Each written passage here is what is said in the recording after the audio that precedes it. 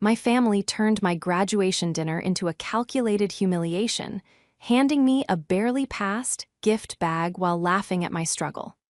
I didn't cry. Instead, I left an envelope on the table that revealed I was their biggest competitor's newest hire, and I walked out forever. This is where the story truly begins, and you won't want to miss what happens. Make sure you're subscribed to see it through to the end. We're always curious. Where in the world are you all watching from today? Let us know in the comments. The silence in the auditorium was heavy, the kind that presses against your eardrums and makes your own heartbeat sound like a war drum. I sat in the velvet-covered seat, my knuckles white as I gripped the armrests, waiting for my name to be called. Around me, the air was thick with the scent of cheap perfume, stale coffee, and the electric buzz of nervous energy. Families were huddled together, whispering excited encouragements, adjusting tassels, and double-checking camera angles. I checked the empty seats to my left for the 10th time in 10 minutes. They were still empty. Of course they were. I had sent the date, the time, and the location to the family group chat 3 months ago. I had sent a reminder 2 weeks ago. I had sent a final confirmation yesterday. And yet, as the Dean of Architecture stepped up to the podium, adjusting the microphone with a sharp screech of feedback, the 3 seats reserved for the closest members of my family remained conspicuously vacant. I felt a familiar, cold ache settle in the pit of my stomach, not surprise exactly, but the dull, throbbing confirmation of a disappointment I had been bracing for. I was 24 years old, graduating top of my class from one of the most rigorous architecture programs in the country, and I was doing it alone. Naomi, the dean's voice boomed, slicing through my thoughts. I stood up. My legs felt heavy, like they were filled with lead. I walked across the stage, the bright spotlights blinding me, turning the audience into a dark, faceless ocean. I shook the hand offered to me, accepted the diploma that represented 4 years of sleepless nights, caffeine overdoses, and brutal critiques, and forced a smile that felt like it might crack my face open. There was polite applause. No cheers, no air horns, no one screaming, "That's my girl," just the polite, obligatory clapping of strangers. As I walked off the stage and back to my seat, my phone buzzed in the hidden pocket of my gown. I pulled it out, shielding the screen with my hand. It was a text from my stepbrother, Philip.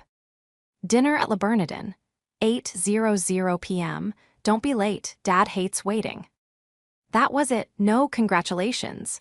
No sorry we missed the ceremony, just a command and a location.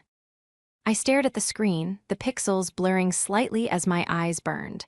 I was exhausted, physically, mentally, and emotionally depleted. I had spent the last week running on adrenaline and 3 hours of sleep to finish my final thesis model. I was in a vulnerable state, my defenses stripped away by fatigue. I wanted to go home, curl up in my bed, and sleep for a week. I wanted to order takeout and watch a mindless movie. But I knew I couldn't. If I didn't show up, I would never hear the end of it. It would be cited as yet another example of my ungratefulness, my lack of family values, my emotional instability. I took a deep breath, inhaling the dust of the old theater. I typed back, "I'll be there." I didn't know it then, but as I walked out of that auditorium, clutching my degree like a shield, I was walking toward the end of my life as I knew it. The betrayal waiting for me at that dinner table would be worse than the diagnosis of the loneliness I felt right now. It wouldn't just break my heart, it would shatter the illusion of family I had been clinging to for decades. Le Bernardin was exactly the kind of place my father, Frederick, loved. It was cold, expensive, and designed to make you feel small if you didn't have the right watch on your wrist. The lighting was dim, the tablecloths were a blinding, crisp white, and the waiters moved with a silent, terrifying efficiency. I arrived exactly at 8:00 p.m. I had changed out of my graduation gown in the university bathroom, slipping into a modest black dress and a blazer I had bought on sale. I looked professional, I thought, respectable.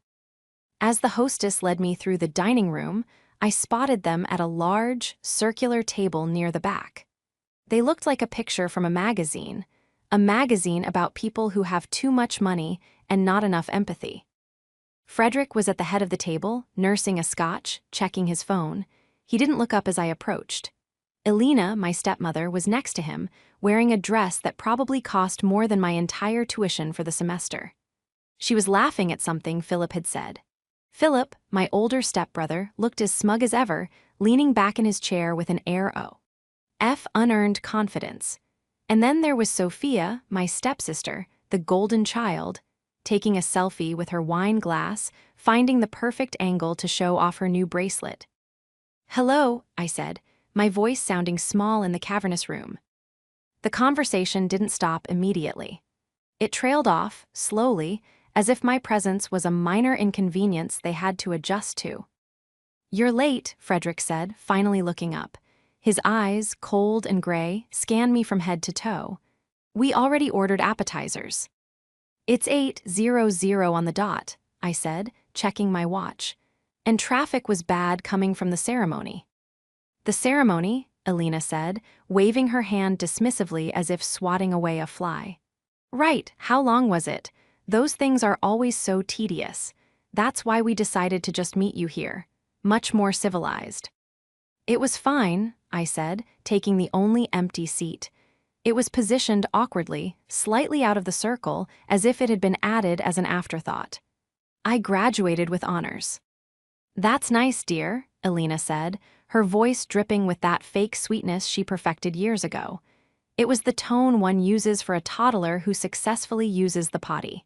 "We're all very surprised." Philip snorted into his drink. "Surprised is one word for it. I still remember when you failed that math test in 10th grade. I thought for sure you'd end up working retail." "Architecture is a lot of math, Philip," I said, trying to keep my voice steady. "I handled it fine." "So you say," Philip replied, smirking. "But let's be honest, Naomi. It's an art degree with a fancy name. Dad builds skyscrapers. You draw pretty pictures." I looked at my father, waiting for him to correct Philip. Frederick owned one of the largest real estate development firms in the city. He knew exactly what architects did. He knew the rigor. But he just swirled his drink, a faint smile playing on his lips. "Let's not argue on her big night," Frederick said, though his tone suggested I was the one starting the argument.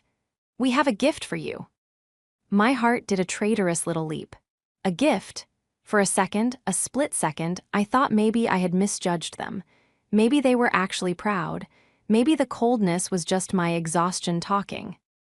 Elena reached under the table and pulled out a glossy, expensive-looking gift bag. She slid it across the white tablecloth toward me. The bag was heavy. "Go on," Sophia giggled, her phone now recording. "Open it."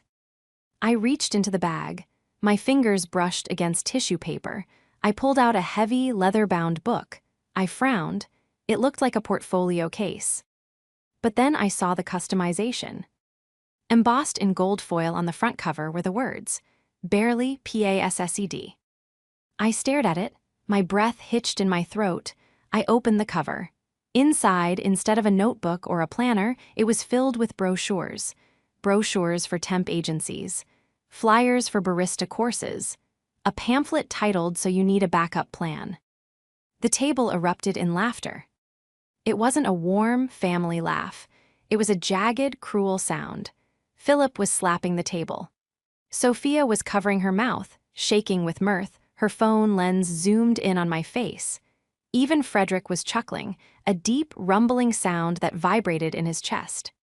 "It's a joke, Naomi," Elena cried, wiping a tear from her eye. "Oh, look at your face. You're so serious all the time."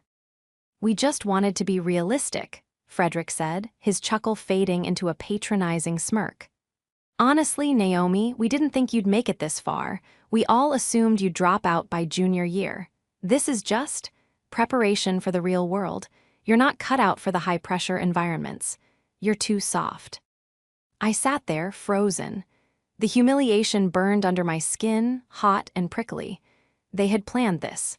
They had gone out, spent money, and custom-ordered a prop just to mock my achievement on the night I should have been celebrating. I looked at the gift, then I looked at them. They saw a victim. They saw the quiet, stuttering girl I used to be. They saw someone they could kick around because they paid for her tuition, or at least, they had until I took out loans to cover what they refused to pay. But they had forgotten one crucial thing. They had forgotten that I was observant. They had forgotten that while they were busy looking in the mirror, I had been watching them. And more importantly, they didn't know what I was carrying in the inside pocket of my blazer. I felt the sharp corner of the envelope pressing against my ribs. It was a white, unassuming envelope, but it contained a nuclear bomb that was about to level their entire perception of me. "You really didn't think I'd make it?" I asked, my voice surprisingly steady. "Oh, honey," Elena said, reaching out to pat my hand, though I pulled it away before she could make contact. "It's not that we don't love you, we just know your limitations. We're trying to protect you from disappointment when the real world eats you alive." "Limitations," I repeated. I looked down at the table. The white tablecloth was pristine. I was about to stain it with something they would never be able to wash out. To understand why that moment at the table was so shattering, you have to understand the 24 years that led up to it. I was the oops baby, the product of Frederick's first marriage to my mother, a quiet, artistic woman who died when I was 6. Frederick remarried Elena less than a year later. Elena came as a package deal with Philip and Sophia, her children from a previous marriage. From the moment they moved into our house, the dynamic was set. Elena was the queen, Frederick was the king, and Philip and Sophia were the princes and princesses. I was the scullery maid who was allowed to eat at the table. I spent my childhood trying to earn my place. When I was 10, I spent weeks painting a portrait of the family for Frederick's birthday. I worked so hard on getting the shading right on his suit. When I gave it to him, he glanced at it, said, "Why is my nose so big?" and put it in a pile of papers. 2 days later, I found it in the recycling bin. When Philip got a C in math, they hired him a private tutor from the university. When I got a B+ in science, Elena told me I obviously wasn't applying myself and grounded me for the weekend. It wasn't just neglect. It was an active campaign to define me as lesser. Elena was the architect of my isolation. She was a master of the backhanded compliment. She would introduce me to her friends as, "This is Naomi, Frederick's daughter. She's spirited." She made sure I knew that my hair was too frizzy, my fashion sense was too dull, and my interests were weird. She was an interior designer. A visionary, she called herself. But really, she just bought expensive furniture and arranged it in beige rooms. She hated that I actually understood structure, light, and form. She felt threatened by anything she couldn't control. Frederick, my father, was worse because his cruelty was indifferent. He was a man who measured worth in dollars and status. He loved Philip because Philip was a carbon copy of him, loud, aggressive, and willing to cut corners to get a deal done. He loved Sophia because she was beautiful and married well, enhancing the family image. Me, I was awkward. I read books. I didn't care about galas. And when I chose architecture, he took it as a personal insult. "Construction is a man's world, Naomi," he had told me when I applied to college. "You don't have the spine for it. You'll cry the first time a contractor yells at you." He refused to use his connections to help me get internships. "I won't put my name on the line for you until you prove you're not going to embarrass me," he said. So, while Philip was handed a vice president title at 25, I was working 3 jobs to pay for my supplies and interning for free at small firms just to get hours. I sacrificed everything to prove him wrong. I missed parties. I lost friends because I was always in the studio. I developed an ulcer from the stress of maintaining a 4 GPA while working night shifts at a library. I did it all with the desperate, pathetic hope that one day he would look at me and say, "Good job." But looking at him now, across this table at Le Bernardin, I realized that day would never come. Frederick was leaning back, swirling his scotch, looking at me with that same mixture of pity and disdain. He looked polished, his silver hair perfectly coiffed, his suit tailored to the millimeter. But underneath the expensive fabric was a man who enjoyed seeing his own daughter fail because it validated his worldview. If I failed, he was right. And Frederick loved being right more than he loved me. You know, Philip said, breaking the silence, Dad was saying there might be an opening in the mailroom at the firm. If you really get desperate, we could probably squeeze you in, but you'd have to actually show up on time. Sophia giggled. Can you imagine Naomi in the mailroom? She'd probably get a paper cut and sue us. We'd have to check with HR, Alina added, sipping her wine. Nepotism is frowned upon unless the candidate is exceptional. They were enjoying this. They were feeding off my silence. They thought I was stunned into submission. They thought I was going to hang my head, accept the barely passed bag, and beg for that mailroom job. I looked at the waiter refilling my water glass. I looked at the chandelier above us. I took a slow, deep breath. The sadness I had felt earlier was evaporating. In its place, a cold, hard clarity was forming. It was like the structure of a building revealing itself after the scaffolding is taken down. I saw the load-bearing walls of their insecurity. I saw the cracks in their foundation. Mailroom, I said softly. What was that? Frederick asked. I said the mailroom, I said, louder this time. I reached for my water glass and took a sip. That's a generous offer, Philip, but I don't think I'll be needing it. Oh, Frederick raised an eyebrow. Do you have a lineup of firms begging for you? Because the market is tough, Naomi, especially for mediocre graduates. I do have a job lined up, actually, I said. Alina rolled her eyes. Starbucks doesn't count, sweetie.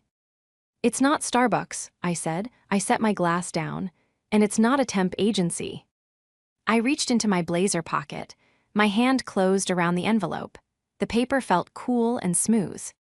In fact, I continued, my voice gaining strength, it's a position that comes with a significant signing bonus.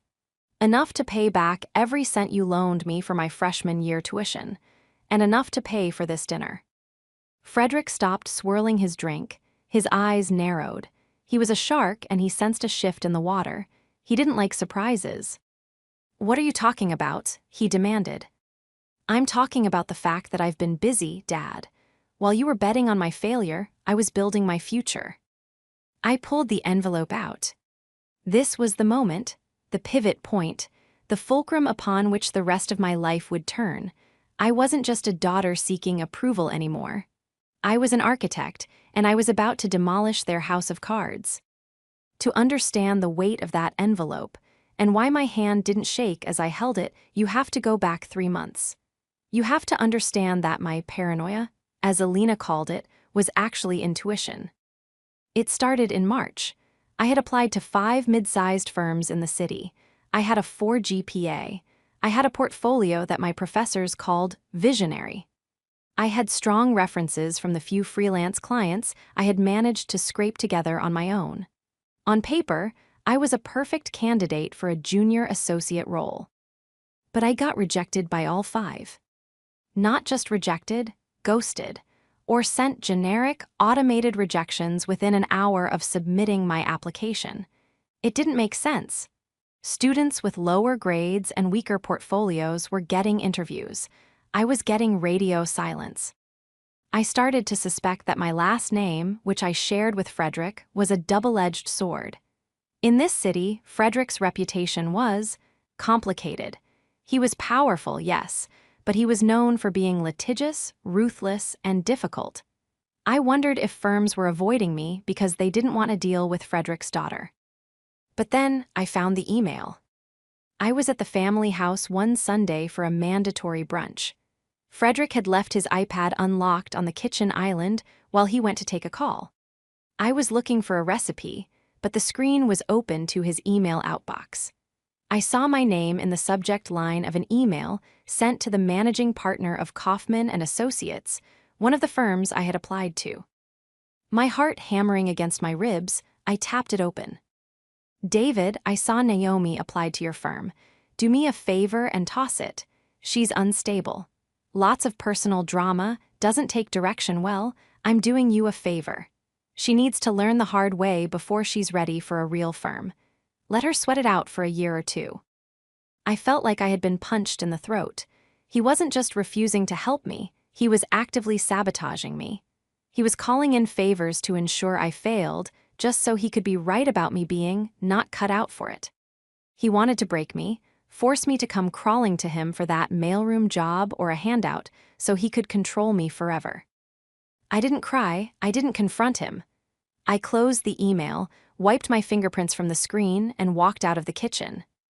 That was the moment the victim died, and the strategist was born.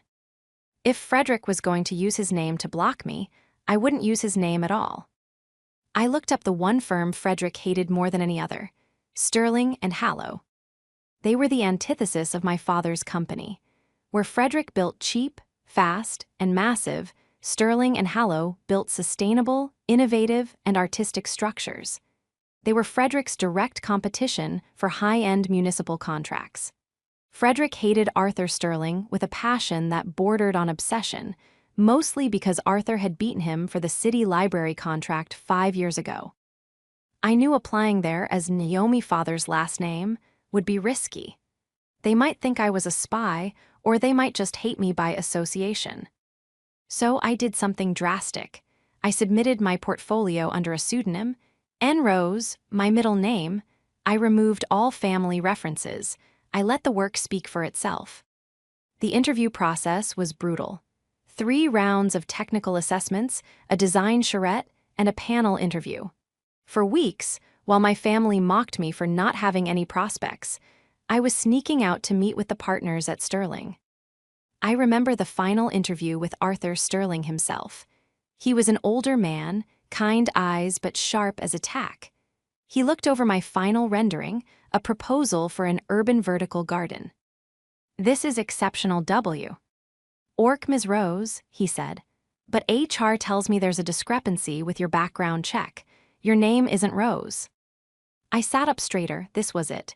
"No, sir, my name is Naomi, my father is Frederick." The room went silent.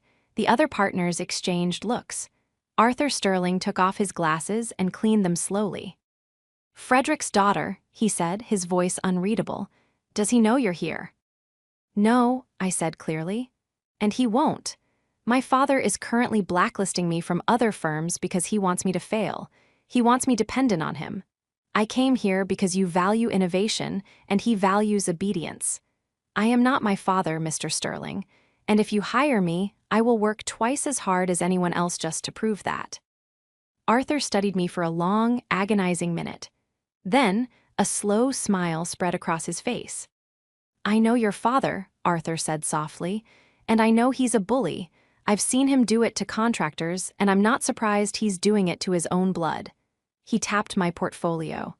"We don't hire names here, Naomi. We hire talent. And this is talent." He slid a folder across the desk. It was an offer letter, junior architect, a starting salary that was nearly double the industry standard, and a signing bonus. "Welcome to the team," Arthur said. "We're going to build great things, and," he winked, "it's going to drive Frederick absolutely insane." I had walked out of that office walking on air. I had kept the secret for 3 weeks, enduring the insults, the barely passed bag, the smug looks from Philip. I held onto that secret like a weapon, waiting for the perfect moment to strike. And now, looking at Frederick's smug face across the dinner table, I knew the moment had arrived. "A job," Elena laughed, a high-pitched, nervous sound. "Oh, honey, did you get a shift manager position at the Gap?" "Open the envelope, Frederick," I said, ignoring her. I pushed it further across the table, past the bread basket, past the barely passed bag, until it rested right next to his Scotch glass. Frederick stared at me. The amusement was fading from his eyes, replaced by a flicker of annoyance. He didn't like that I wasn't crying. He didn't like the steel in my voice. "I don't have time for your games, Naomi," he grumbled. But curiosity, or perhaps the need to ridicule me further, got the better of him. He picked up the envelope. He tore the seal with a sharp rip. He pulled out the heavy, cream-colored stationery. I watched his eyes scan the header. I saw the exact moment the words Sterling and Hallow registered in his brain. His face didn't just pale, it went gray. The muscles in his jaw locked so tight I thought his teeth might shatter. He stopped breathing for a solid 5 seconds. "What is it?" Philip asked, leaning forward, sensing the shift in atmospheric pressure. "Is it a lawsuit? Did she get arrested?" Frederick didn't answer. He read the letter. Then he read it again. His hands, usually so steady, began to tremble. Not a lot, but enough that the paper shook. "This," Frederick whispered. His voice was a strangled croak. "This is a joke, a forgery."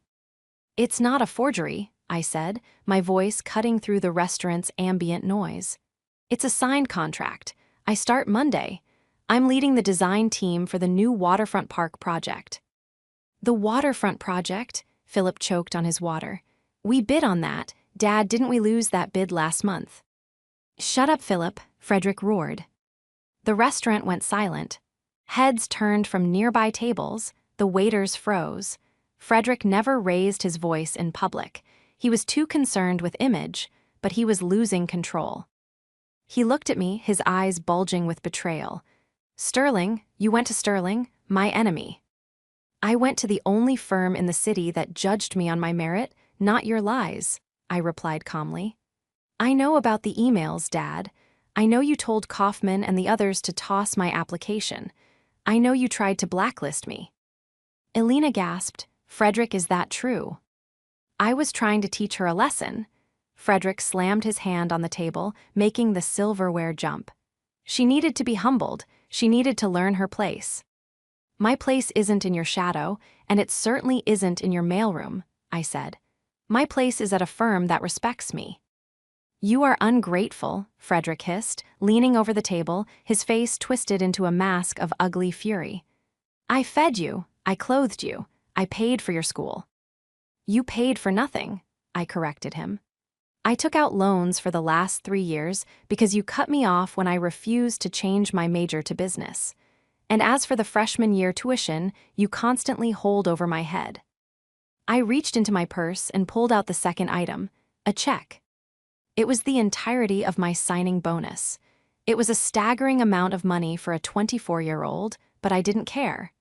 I wanted to be clean. I wanted to be free. I placed the check on top of the offer let. "There." "That covers freshman year with interest," I said, "and it covers tonight's dinner, because I'm not eating with you." I stood up. My legs were shaking, not from fear, but from the adrenaline of finally letting go. "You can keep the barely passed bag," I said, looking down at them. Philip looked stunned, his mouth hanging open. Sophia had stopped recording, her phone lowered to the table. Elena looked terrified, realizing the dynamic had just shifted violently. And Frederick looked small. For the first time in my life, he didn't look like a titan of industry. He looked like a bitter, aging man who had just realized he played a game of power against his own daughter and lost. "Naomi, sit down," Frederick commanded, though his voice lacked its usual authority. "You walk out that door and you are done in this family. You hear me? Done." I picked up my purse. I looked him dead in the eye. "Frederick," I said, using his first name for the first time, "I was done the moment you printed that bag. To the people who gave up on me before I even started, don't worry. I'm done trying to prove anything to you." I turned my back on them. The walk to the exit of Le Bernardin felt like walking through a dream. The silence in the room was absolute. I could feel the eyes of every patron on me, but for once, I didn't feel self-conscious. I felt lighter with every step. I felt the heavy cloak of their expectations slipping off my shoulders. I pushed through the heavy glass doors and stepped out into the cool night air of the city. I took a deep breath, filling my lungs with oxygen that tasted sweet. I hailed a cab, gave my address, and collapsed into the backseat. My phone started buzzing before the cab even pulled away from the curb. "Incoming call, Dad. Incoming call, Philip. Incoming call, Elena." I didn't answer. I put the phone on Do Not Disturb, but the notifications kept lighting up the screen.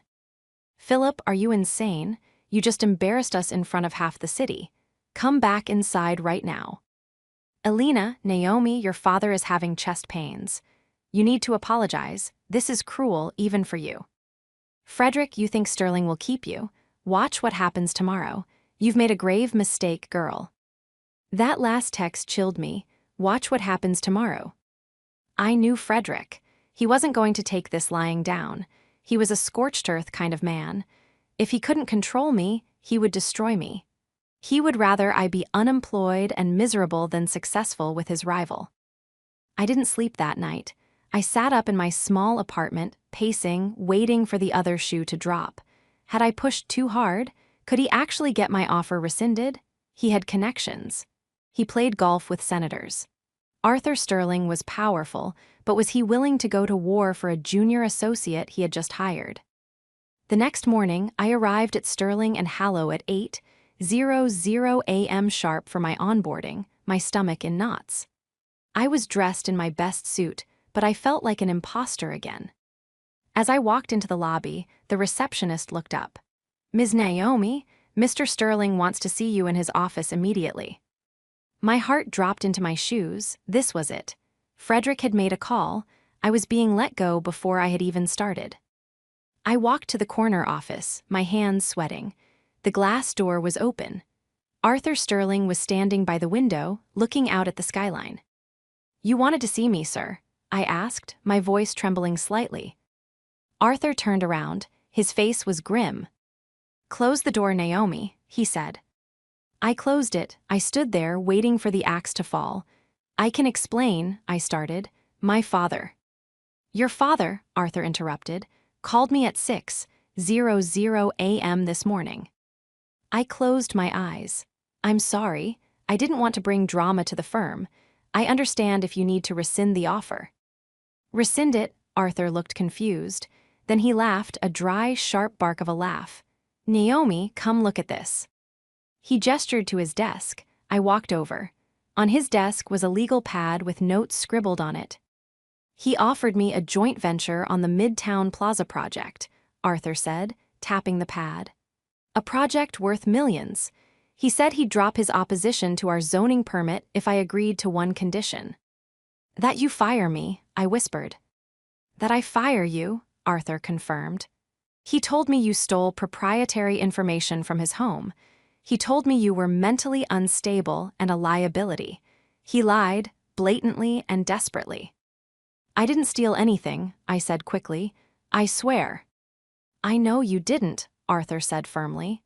"Because I know Frederick. Men like him think everyone has a price. He thinks he can buy my integrity with a zoning permit. He thinks he can buy your future." Arthur picked up the legal pad and ripped the top sheet off. He crumpled it into a ball and tossed it into the trash can. "I told him to go to hell," Arthur said, "and I told him that if he ever contacts me about you or if he tries to interfere with your career in any way, I will sue him for tortious interference and defamation. And I have the lawyers to win." I felt tears prick my eyes, real tears this time, of relief and gratitude. "But," Arthur continued, his expression hardening, "you need to know something else. When I checked into his claims this morning, I found out the extent of it. It wasn't just the emails to Kaufman. Frederick had your name removed from the Dean's List publication at your university last year. He's a donor, so they complied. He's been erasing your achievements systematically." I gasped. I had worked so hard for that Dean's List spot. I thought it was a clerical error when my name wasn't there. "He wanted you to feel small," Arthur said. "He wanted you to believe you were barely passing so you wouldn't aim high. It was psychological warfare, Naomi." The rage I felt then was different from the night before. Last night was personal hurt. This was cold, objective fury. He had messed with my academic record. He had messed with my livelihood. He had actively tried to gaslight me into thinking I was mediocre when I was exceptional. "Thank you for telling me," I said, my voice steadying into a low, dangerous register. "What are you going to do?" Arthur asked. "I'm going to work," I said. "I'm going to design the best damn waterfront park this city has ever seen. And I'm going to make sure that when people look at the skyline, they see my name, not his." "Good answer," Arthur smiled. "Now go get set up. You have a team meeting at 10. I walked out of that office with a new mission. I wasn't just protecting myself anymore. I was building a case. Frederick thought he had power because he had money, but I had the truth, I had the talent, and now I had a powerful ally. But the war wasn't over. Frederick was humiliated, and a humiliated narcissist is the most dangerous creature on earth. I knew he would try one last, public attempt to destroy me. He wouldn't be able to help himself. And I would be ready. 6 months later, the moment of reckoning arrived. It didn't happen in a courtroom or a boardroom, but under the crystal chandeliers of the grand ballroom at the annual City Architecture and Design Gala. This was the biggest night of the year for our industry. Every major developer, architect, and city official was there. It was a night of tuxedos, backslapping, and million-dollar deals whispered over champagne. I hadn't wanted to go. The thought of seeing my family again made my stomach turn. I had maintained absolute radio silence since the night at Le Bernardin. I had blocked their numbers, filtered their emails, and even moved to a new apartment in a neighborhood Frederick considered too bohemian to visit. I was safe in my bubble of hard work and new friends. But Arthur Sterling insisted. "You're not just an employee, Naomi," he had told me earlier that afternoon, adjusting his bow tie in the mirror of his office. "You're the lead architect on the waterfront project. The city is buzzing about your design. You need to be seen. You need to take your victory lap." So I went. I wore a deep emerald green gown that was sleek, structural, and commanded attention, a far cry from the ill-fitting blazer I had worn to the graduation dinner. I wore my hair up, exposing my neck, a sign of vulnerability that I had turned into a display of confidence. As I walked into the ballroom on Arthur's arm, I felt the shift in the room. People were looking, not because I was Frederick's daughter, but because I was the fresh talent everyone was talking about. The N. Rose mystery had been solved, and the narrative had shifted. I wasn't the nepotism baby. I was the defector who had joined the rival team and produced brilliance. I spotted them almost immediately. They were holding court near the bar, as always. Frederick looked older. His skin was grayer, his posture less rigid. The last 6 months hadn't been kind to his business. Rumors had circulated that he was losing bids left and right, his old-school bullying tactics no longer working in a market that demanded transparency and innovation. Elena was there, her smile tight and brittle, scanning the room for people more important than the ones she was currently talking to. Philip was frantically typing on his phone, looking stressed. I tried to steer clear, moving toward the buffet with Arthur, but the room was only so big. It was inevitable. The collision happened just after the main awards presentation. I had just been mentioned by name during the Emerging Talent speech, not a win, but an honorable mention that drew loud applause. As I stepped off the small riser where the nominees had gathered, Frederick stepped directly into my path. The chatter around us died down instantly.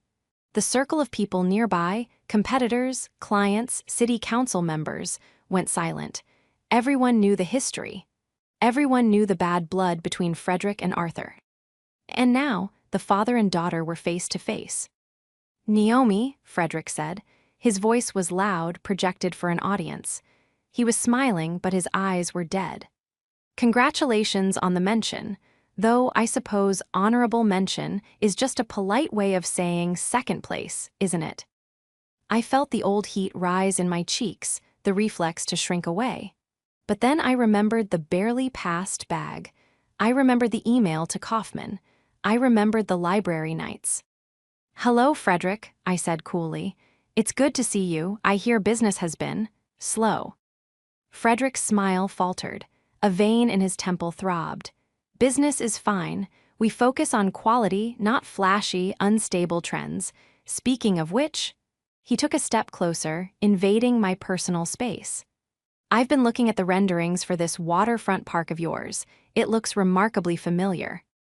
Here it was, the desperate play. "Does it?" I asked, holding my ground. "It does," Frederick announced, turning to look at the crowd gathering around us. He raised his voice. "In fact, it looks exactly like a concept we were developing at my firm 2 years ago. A concept I discussed at the dinner table many times. It's funny how you leave the family, and suddenly Sterling has a design that mimics my intellectual property. The accusation hung in the air like toxic smoke. He was accusing me of corporate espionage. He was trying to destroy my reputation in front of the entire city. If I was branded a thief, my career was over. Arthur stepped forward, his face red with anger. Frederick, that is a baseless lie, and you know it. That design is original. Is it? Frederick sneered.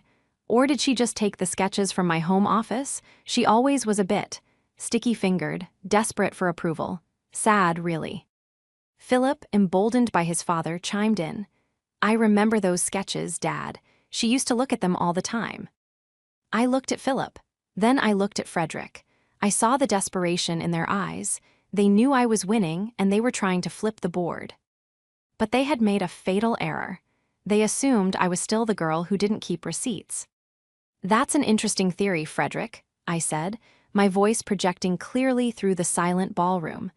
But there's a problem with your timeline. I reached into my clutch. I didn't have a dossier this time, but I had my phone. I unlocked it and tapped a few times, bringing up a photo album. I turned the screen toward the group of onlookers, specifically toward the city planner standing nearby. This, I said, pointing to the screen, is a photo of my initial sketch for the vertical gardens used in the waterfront project. The timestamp on this photo is 4 years ago, November 12th. I swiped. This is a photo of the 3D model I built in my dorm room. Timestamp, 3 years ago. I swiped again. And this, I said, stopping on a screenshot, is an email I sent to you, Frederick, during my sophomore year. I sent you this concept, asking for your feedback. You replied, see here, with 3 words, derivative, impractical, trash. I looked up from the phone, locking eyes with him. You didn't develop this concept, Frederick. You rejected it. You called it trash. And now that the city council has approved it, and now that it's being hailed as the future of urban design, suddenly you want to claim it. I laughed, a dry, incredulous sound. You can't have it both ways. Either I'm the failure you gave a barely passed bag to, or I'm the genius you're trying to steal from. Which is it? The crowd murmured. People were whispering. The city planner leaned in to look at the timestamps. He called it trash, someone whispered loudly. That's definitely his email address, another voice said. Frederick's face turned a violent shade of purple. He opened his mouth to speak, to deny it, to spin a new lie, but nothing came out. He was cornered by his own digital footprint and his own arrogance. And one more thing, I added, stepping closer to him, lowering my voice just enough so it felt intimate, yet audible to everyone. You told everyone I was unstable. You told Dean Miller to take me off the dean's list. You blacklisted me. You did everything in your power to ensure I couldn't stand here tonight. I gestured to the room, to the awards, to the respect I had earned.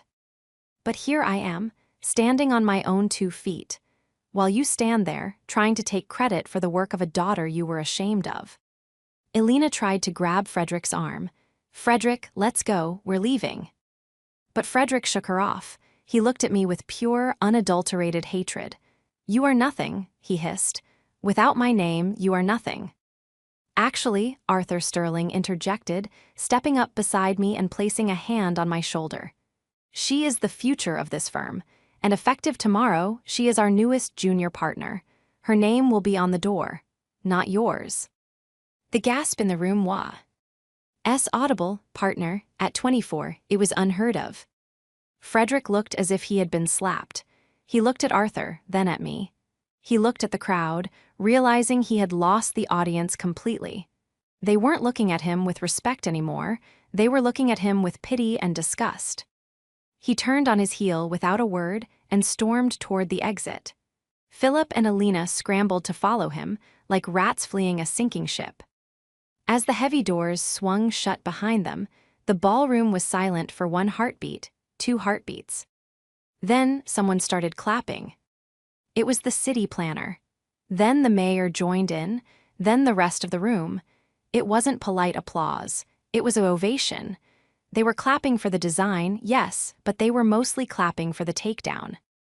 I stood there, trembling slightly as the adrenaline crashed, but I didn't look down. I looked up at the lights, at the people, and finally at Arthur. "Did you mean that?" I asked him over the applause. "About partner." Arthur grinned. "We'll talk about the equity buy-in later, but yes, you earned it." The fallout was swift and brutal, exactly as Arthur had predicted. In the weeks following the gala, Frederick's reputation went into freefall. The architecture world is small, and word travels fast. The story of him trying to claim his daughter's work, coupled with the revelation of his malicious blacklisting, made him radioactive. Clients began to pull contracts. They didn't want to be associated with a man who cannibalized his own family for sport. 2 major city bids that Frederick had been counting on were awarded to other firms, one of them to Sterling and Hallow. I heard through the grapevine that the financial strain cracked the family facade wide open. Elena, realizing the money tap was tightening, filed for divorce 3 months later. She cited irreconcilable differences, but everyone knew she was just securing her assets before the ship went down completely. Philip was quietly let go from the firm. Apparently, without Frederick's absolute power to protect him, his incompetence became a liability the board of directors wouldn't tolerate. He ended up moving to another state, working in sales for a cement supply company. As for me, I didn't answer their calls, and there were calls. When the divorce news hit, Frederick left me a voicemail. He sounded drunk. He rambled about legacy and family sticking together. He didn't apologize. He just wanted me to come back and help him save the firm. He wanted to use my new reputation to patch the holes in his sinking ship. I deleted the voicemail without listening to the end. I was too busy building. The waterfront park project broke ground in the spring. It was a massive undertaking, a complex network of elevated walkways, vertical gardens, and community spaces built over an old industrial district. It was designed to be a place where people could come together, where nature reclaimed the concrete. On the day of the grand opening, a year after that terrible graduation dinner, I stood on the central observation deck. The sun was setting, casting a golden glow over the steel and glass. Children were running through the fountains I had sketched on napkins. Couples were walking hand in hand along the paths I had fought to protect in budget meetings. It was real. It wasn't a barely passed life. It was a masterpiece. I felt a presence beside me. I turned to see Arthur Sterling, holding 2 glasses of champagne. "A toast," he said, handing me one. "To the project?" I asked. "To the architect," he corrected. We clinked glasses. The sound was crisp and clear. "You know," Arthur said, looking out at the city, "I received a package at the office for you today. It didn't have a return address, but I think I know who it's from." I stiffened. What was it?